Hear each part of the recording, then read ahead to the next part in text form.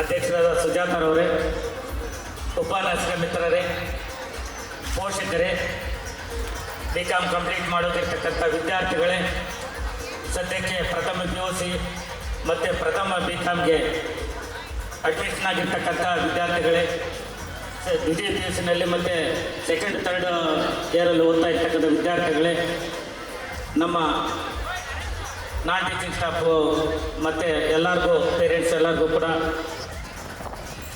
ಸ್ವಾಗತ ಕೋರ್ತಾ, ಪ್ರೀತಿ ವಿದ್ಯಾರ್ಥಿಗಳೇ, ಮೊಟ್ಟ ಮೊದಲನೆಯದಾಗಿ ಪ್ರಥಮ PUC ಮತ್ತು ಪ್ರಥಮ BCom ತರಗತಿಗಳಿಗೆ ಮುಂದಿನ ನಿಮ್ಮ ವಿದ್ಯಾಭ್ಯಾಸಕ್ಕಾಗಿ ನಮ್ಮ ಕಾಲೇಜನ್ನು ಆಯ್ಕೆ ಮಾಡಿಕೊಂಡದ್ದಕ್ಕೆ ನಾನು ಹೃದಯ ತುಂಬಿ ನಿಮ್ಮನ್ನು ನಮ್ಮ ಸಂಸ್ಥೆಗೆ ಬರಮಾಡಿಕೊಳ್ತಾ ಇದ್ದೀನಿ.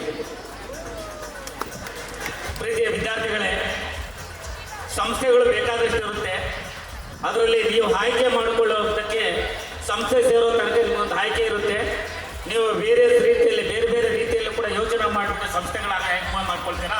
ಅದರಲ್ಲಿ ಈ ವರ್ಷ ನಮಗೆ ಪ್ರಥಮ PUCನಲ್ಲಿ ಮತ್ತು BComಲ್ಲಿ ಲಾಸ್ಟ್ ಇಯರ್ ಏನಿತ್ತು ಅದಕ್ಕಿಂತ ದುಪ್ಪಟ್ಟು ದಾಖಲಾತಿ ಆಗಿದೆ. ಅದಕ್ಕಂತೂ ನಮ್ಮ ಸಂಸ್ಥೆ ಹೆಮ್ಮೆ. ಮತ್ತು ಕಳೆದ ಬಾರಿ PUCನಲ್ಲಿ 100ಕ್ಕೆ 100ರಷ್ಟು ಫಲಿತಾಂಶ, ಅದರಲ್ಲೂ ಕೂಡ ತುಂಬ ಲ್ಯಾಂಡ್ ಮಾರ್ಕ್ ಇಂಪ್ರೂವ್ಮೆಂಟ್ ಇದ್ದ ಸ್ಟೂಡೆಂಟ್ಸ್ ನಾವು ಅಬ್ಸರ್ವ್ ಮಾಡಿದ್ದೀವಿ. ಪ್ರೀತಿ ವಿದ್ಯಾರ್ಥಿಗಳೇ, ಓದೋದಕ್ಕೆ ಬೇಕಾದ ಸಂಸ್ಥೆಗಳಿರುತ್ತೆ. ಅದರ ಜೊತೆಗೆ ನಿಮಗೆ ಬುದ್ಧಿ ತಿಳಿಸ್ತಕ್ಕಂಥ ಸಂಸ್ಥೆಗಳು ಕೂಡ ತುಂಬ ಮುಖ್ಯ. ಓದೋದ್ರ ಜೊತೆಗೆ ಸಂಸ್ಕಾರ ಕಲಿಬೇಕು, ತಂದೆ ತಾಯಿಗಳಿಗೆ ಗೌರವ ಕೊಡೋದು ಕಲಿಬೇಕು, ಮತ್ತು ಅಕ್ಕಪಕ್ಕ ಇರ್ತಕ್ಕಂಥ ವಿದ್ಯಾರ್ಥಿಗಳಿದ್ರೆ ನಡವಳಿಕೆ ಕಲ್ತ್ಕೋಬೇಕು, ಸಮಾಜದಲ್ಲಿ ಹೆಂಗೆ ಬದುಕೋದಂತ ಕಲಿಬೇಕು. ಇವೆಲ್ಲ ಕೂಡ ಕಲಿಸ್ತಕ್ಕಂಥ ಜವಾಬ್ದಾರಿ ವಿದ್ಯಾಸಂಸ್ಥೆ ಮತ್ತು ಉಪನ್ಯಾಸಕರ ಮೇಲೆ ಇರುತ್ತೆ. ಅದರಿಂದ ನಿಮ್ಮ ಒಂದು ಪ್ರತಿಯೊಂದು ಹೆಜ್ಜೆಯಲ್ಲೂ ಕೂಡ ಪ್ರತಿ ಹೆಜ್ಜೆಯಲ್ಲೂ ಕೂಡ ಉಪನ್ಯಾಸಕರು ಅಬ್ಸರ್ವ್ ಮಾಡ್ತಾ ಇದ್ದು ನಿಮ್ಮನ್ನು ಪ್ರತಿಯೊಂದು ಸಲ ಕೂಡ ದಾರಿ ತೋರಿಸ್ತಾ ಇರ್ತಾರೆ. ದಾರಿ ಮಾತ್ರ ನಾವು ತೋರಿಸ್ಬೋದು, ನಡೆಯೋದು ನಿಮ್ಮ ಜವಾಬ್ದಾರಿ. ಅಂದರೆ ನಾವು ಈ ಥರ ಹೋಗಿ ಅಂತ ದಾರಿ ತೋರಿಸ್ತೀವಿ, ಅಲ್ಲಿ ನಡ್ಕೊಂಡು ಹೋಗಿ ಒಳ್ಳೆ ವಿದ್ಯಾಭ್ಯಾಸ ಪಡ್ಕೊಳ್ತಕ್ಕಂಥದ್ದು, ಗುರುಗಳ ಮಾರ್ಗದರ್ಶನ ಪಡ್ಕೊಳ್ತಕ್ಕಂಥದ್ದು ಅದೆಲ್ಲ ಕೂಡ ನಿಮ್ಮ ಮೇಲೆ ಡಿಪೆಂಡ್ ಆಗಿರುತ್ತೆ. ನಾವು ಹೇಳ್ತೀವಿ, ನೀವು ಕೇಳಬೇಕು. ಯಾಕೆಂದ್ರೆ ಇವಾಗ ಏನಾಗೋಗಿದ್ದಾರೆ ವಿದ್ಯಾರ್ಥಿಗಳು ಅಂದರೆ ಏನೋ ಬರಬೇಕು ಕಾಲೇಜ್ಗೆ ಹೋಗ್ಬೇಕು ಅಂತ. ವಿದ್ಯಾರ್ಥಿಗಳು ಹೆಂಗಾಗ್ತಾರೆ ಅಂತ ತಪ್ಪಿಸ್ಕೊಳ್ಳೋದು, ಟೈಮ್ ಸೆನ್ಸ್ ಇರಲ್ಲ. ಫಸ್ಟು 9 ಕಾಲಕ್ಕೆ ಕ್ಲಾಸ್ ಆಗ್ತದಂದರೆ 10ವರೆಗೆ ಬರೋದು, ಏನೋ ಒಂದು ಕತೆ ಹೇಳೋದು. ರೈಲ್ವೆ ಗೇಟ್ ಹಾಕಿದ್ರು ಸರ್ ಅಂತೊಬ್ಬರು, ಇನ್ನೊಂದು ಮತ್ತೊಂದು, ಈ ಥರ ಟೀಮ್ಗಳು ಇರ್ತಾರೆ ಆಯಿತಾ. ಒಂದು ದಿವಸ ನಮ್ಮಲ್ಲಿ ಒಂದು ಇದ್ದಾರೆ, ಒಂದು ಕೋವಿಡ್ ಟೀಮಲ್ಲಿ ಪಾಪ ಇದು ಮಾಡ್ತಾವ್ರಲ್ಲ ಅಂತ 4 ಜನ ಸ್ಟೂಡೆಂಟ್ಸು ಓಡೋಡಿ ಒದ್ದಾಡಿಕೊಂಡು ಬಟ್ಟೆ ಎಲ್ಲ ಗಲೀಜು ಮಾಡಿಕೊಂಡು ನನ್ನಂತ ಮಾಸ್ಟರ್ ಹತ್ರ ಬಂದರು. ಸಾರ್ ನಾವೆಲ್ಲ ಹೋಗಿದ್ವಿ ಸಾರ್, ಬರ್ತ್ಡೇ ಇರ್ತಿತ್ತು ನಮ್ಮ ಫ್ರೆಂಡ್ದು, ಅವ್ರದ್ದು ಹೋಗಿದ್ವಿ, ತುಂಬ ಅರ್ಜೆಂಟಾಗಿ ಬರ್ತಾ ಇದ್ವಿ, ಮಳೆ ಬೇಲೆ ಬೀಳ್ತಾ ಇತ್ತು, ಕೆಸರು ಎಲ್ಲ ಪಂಚರ್ ಆಗಿಬಿಟ್ಟು, ಪಂಚರ್ ಹಾಕ್ಬಿಟ್ಟು ಬರೋಷ್ಟು ಇಷ್ಟು ಲೇಟ್ ಆಗೋಯ್ತು ಸರ್, 3/4 ಗಂಟೆ ಲೇಟ್ ಆಗೋಯ್ತು ಸರ್. ಇಲ್ಲ ನಾವು ಇದು ಮಾಡ್ತಾ ಇದ್ವಿ, ಅವತ್ತು ಎಕ್ಸಾಮ್ ಬೇರೆ ಕಂಡಕ್ಟ್ ಮಾಡಿದ್ದೀನಿ ನಾನು, ಎಕ್ಸಾಮ್ಗೆ ಲೇಟ್ ಆಗೋಯ್ತು ಸರ್, ನಾವೆಲ್ಲ ರೆಡಿ ಆಗಿಬಿಟ್ಟಿದ್ವಿ ಸರ್, ಈ ಥರ ತೊಂದರೆ ಆಯಿತು ಅಂತ ಹೇಳಿದ್ರು. ಆಮೇಲೆ ಸರಿ ನಾನು ಇವ್ರ ಮುಖ ನೋಡಿದೆ, ಗೊತ್ತಿತ್ತು ಮೊದಲೇ ಇವ್ರು ಅಂಥವ್ರು ಅಂತ.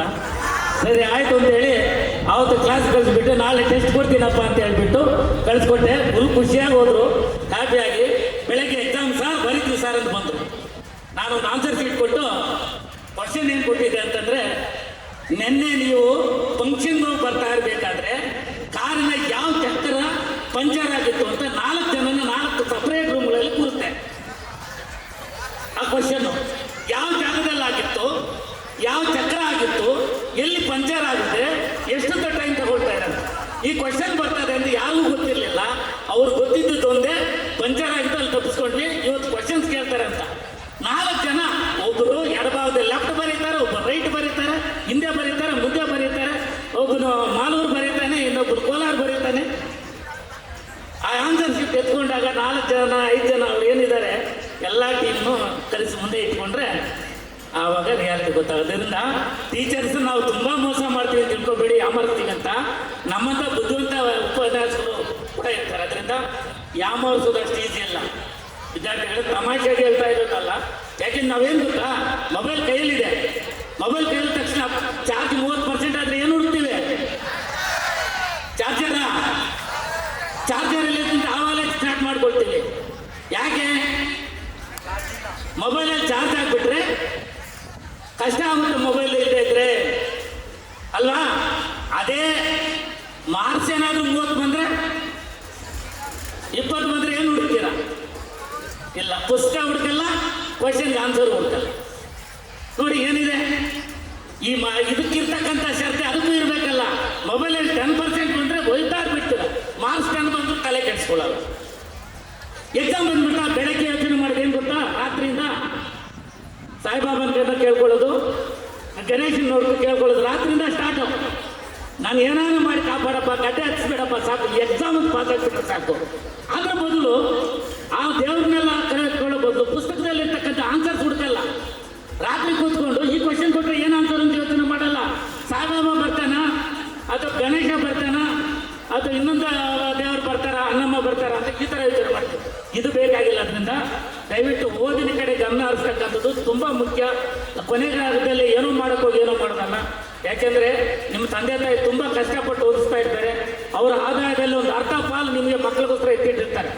ನಿಮ್ಮ ಬಟ್ಟೆ, ಶಾಲೆ ಫೀಸು, ಇವಾಗ ನೋಡ್ತಾ ಇರ್ತೀವಿ ಕೆಲವರೆಲ್ಲ ಪಾಪ ಯೂನಿಫಾರ್ಮ್ ಫೀಸ್ ಕಟ್ಟಕ್ಕೆ ಕಷ್ಟಪಡ್ತಾ ಇದ್ದಾರೆ.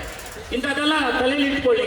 ನಿಮ್ಮ ತಂದೆ ತಾಯಿ ಏನು ಕಷ್ಟಪಡ್ತಾ ಇದ್ದಾರೆ ಅಂತ ಯೋಚನೆ ಮಾಡಿಕೊಂಡು ಮೊದಲು ಡಿಸಿಪ್ಲಿನ್ ಇರಲಿ. ಮೊದಲನೇ ಅದಾದಮೇಲೆ ಈ ಸೋಷಿಯಲ್ ಮೀಡಿಯಾದಲ್ಲಿ ಇರ್ತಕ್ಕಂಥಲ್ಲಿ ಇನ್ವಾಲ್ವ್ ಆಗೋದು ರೆಡ್ಯೂಸ್ ಮಾಡಿ, ಆ್ಯಸ್ ಮಚ್ ಆಸ್ ಪಾಸಿಬಲ್.